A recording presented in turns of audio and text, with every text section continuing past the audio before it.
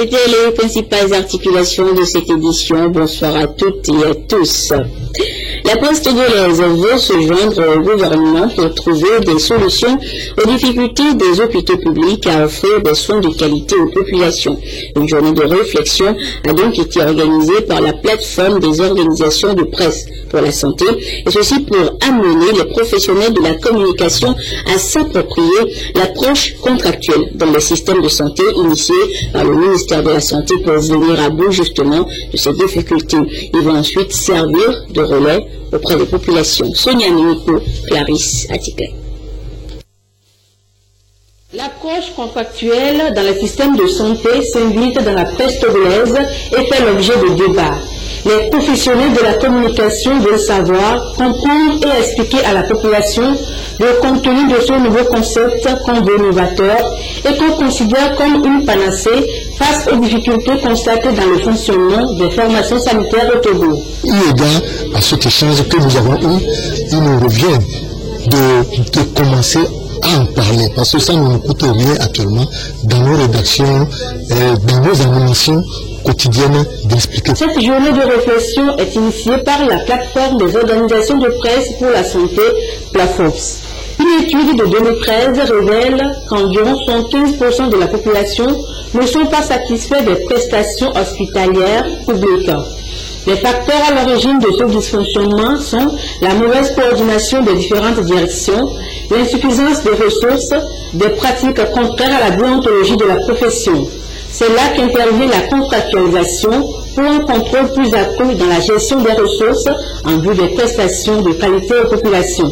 Il y aura la grande satisfaction des patients, mais je tiens à le souligner que ce n'est pas un désengagement de l'État ni une privatisation des structures de soins. C'est un partenariat pour améliorer la gestion dans les structures sanitaires. La gestion des ressources humaines, tant matérielles et que financières, et la gestion du temps aussi, pour les patients et pour les prestataires que nous sommes, dans l'optique d'une meilleure utilisation judicieuse et optimale des ressources. L'approche contractuelle ne va pas modifier les coûts des prestations. Elle commencera par le CHU Sylvanus Olympio dans les services ciblés comme le laboratoire, la radiologie, la pharmacie et la mode avant de s'étendre aux autres services. Et pendant que certains journalistes s'approprient l'approche contractuelle, d'autres découvrent l'assurance maladie et ses avantages. C'était hier à travers une formation initiée par l'INAM.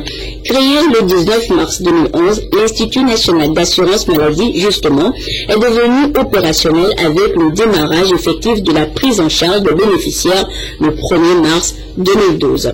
Après 4 ans d'exercice, quel bilan les responsables de l'Institut dressent de leurs actions et quelles sont les perspectives et défis pour 2016? Des éléments de réponse dans le premier dossier de cette édition, le signé Tchassinan Baga. L'Institut national d'assurance maladie INAM est la traduction concrète de la volonté des plus hautes autorités togolaises d'assurer une couverture maladie aux agents de la fonction publique, des collectivités locales et aux retraités. L'Institut prend en charge à des taux variant de 50 à 100% des risques liés à la maladie, aux accidents non professionnels et à la maternité des bénéficiaires. Après 4 ans d'exercice, du chemin a été fait et nombre d'actions menées.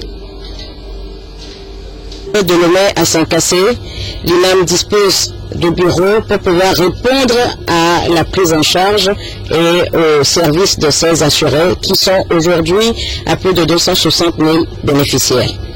L'ensemble des centres de soins publics qui sont au nombre de 730 à peu près sont conventionnés par l'INAM pour permettre au plus profond du Togo où on n'a pas forcément de privés comme à Lomé la prise en charge des soins de nos assurés.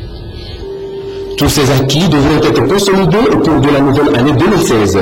De nouveaux chantiers vont être également ouverts pour une meilleure prise en charge sanitaire des agents publics. Le défi, c'est surtout d'accompagner, de se mettre en ordre de marche pour la réalisation des vœux et du programme annoncé par le chef de l'État. Nous allons améliorer nos performances, nous allons améliorer la prise en charge avec bien entendu l'aide du système de soins qui déjà a fait beaucoup d'avancées dans sa relation avec l'INAM. Et puis, il y a cette question des outils de prise en charge sur lesquels nous allons proposer une réponse de façon consensuelle avec nos partenaires de soins et les usagers.